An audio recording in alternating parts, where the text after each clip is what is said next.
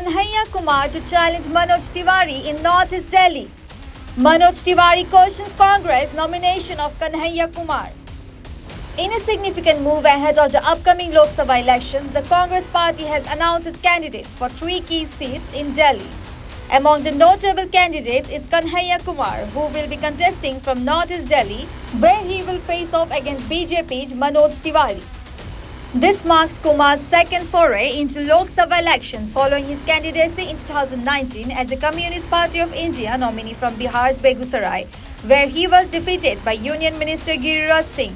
Kumar, a former JNU-SU president who joined the Congress in 2021 and was subsequently inducted into the Congress Working Committee in 2023, expressed gratitude to the people of Delhi and the Delhi Congress Committee for the opportunity. तो मैं दिल्ली की जनता का आभार व्यक्त करना चाहता हूं, उनको कोटि कोटि धन्यवाद देना चाहता हूं। मैं आभार व्यक्त करना चाहता हूं दिल्ली प्रदेश कांग्रेस कमेटी के हमारे सभी कार्यकर्ताओं का, सभी नेताओं का, सभी पूर्व विधायकों का, सांसदों का, मंत्रियों का कि उन्होंने ये फैसला लिया है। इससे एक जो है मैसेज जाएगा देश में कि हम मजबूती से जो है लोकसभा चुनाव लड़ रहे हैं। और इसी मौके पे हम धन्यवाद देना चाहते हैं हमारे कांग्रेस पार्टी के शीर्ष नेतृत्व का कि उन्होंने मुझे योग्य समझा है। दिल्ली की जो देश की राजधानी है वहाँ से प्रत्याशी के तौर पे खड़ा करने का फैसला उन्होंने लिया है, उम्मीदवार बनाने का। निश्चित तौर पे जो है हम उनकी उम्मीदों पर खरा उतरने की कोशिश करेंगे। और देश में जो हमारी न्याय की मुहिम है, जो न्याय की लड़ाई है, जो हम 5 न्याय की बात कर रहे हैं, युवाओं की न्याय, महिलाओं के, किसानों की न्याय, और जो इस देश के भीतर जिन लोगों के साथ भी, चाहे वो किसी भी जाति वर्ग समुदाय के हों, किसी तरह का कोई अन्याय हो रहा है तो उस अन्याय को समाप्त करके न्याय की स्थापना करना, जो हमारा न्याय पत्र है उसके संकल्पों को लागू करने की हम कोशिश करेंगे, उनके उम्मीदों पर खरा उतरने का प्रयास। In response to Kumar's candidacy, Tiwari, a 2-time MP from North-East Delhi, expressed surprise at the Congress's decision, citing concerns about Kumar's alleged lack of respect for the army and the nation's culture.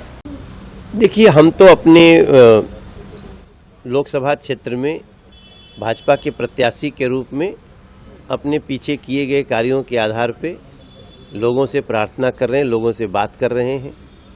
और कोई ना कोई तो आना ही था, तो जो भी आए हैं उनका स्वागत ही है। लेकिन कांग्रेस की सोच ये जरूर लोगों को अचंभित कर दी है कि क्या कांग्रेस में कोई एक ऐसा व्यक्ति नहीं मिला जिसको, जो देश का सम्मान करता हो, जो सेना का सम्मान करता हो, जो देश की संस्कृति का सम्मान करता हो, उसको प्रत्याशी बनाए। तो मुझे लगता है कि दिल्ली की जनता कांग्रेस का और इसके गठबंधन का परिचय पा चुकी है। इनके शीर्ष नेतृत्व के बारे में पर्दाफाश हो चुका है। और बाकी जो भी आएगा हमारे क्षेत्र में तो 14,600 करोड़ का काम तो देखेगा ही। तो इसी बहाने उसको कैसे पहली बार मेट्रो आती है, कैसे पहली बार रेलवे स्टेशन बनता है, कैसे पहली बार एलिवेटेड रोड बनता है, कैसे पहली बार नदी पे पुल बनता है, ये सारा कुछ तो देखेगा ही।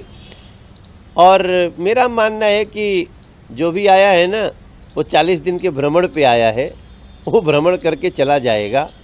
हम कल भी सेवा में थे, आज भी सेवा में हैं, कल भी सेवा में रखेंगे लोग ऐसा में। Meanwhile, the Congress has also fielded veteran Jai Prakash Agarwal from Chandni Chowk, a seat he previously won in 1984, 1989 and 1996. Udit Raj, who won the North-West Delhi seat in 2014 on a BJP ticket, is now the Congress candidate from the same constituency. It's worth noting that the Congress is contesting 3 out of 7 seats in Delhi as per a seat-sharing agreement with the Aam Aadmi Party. News Desk reports, such the reality.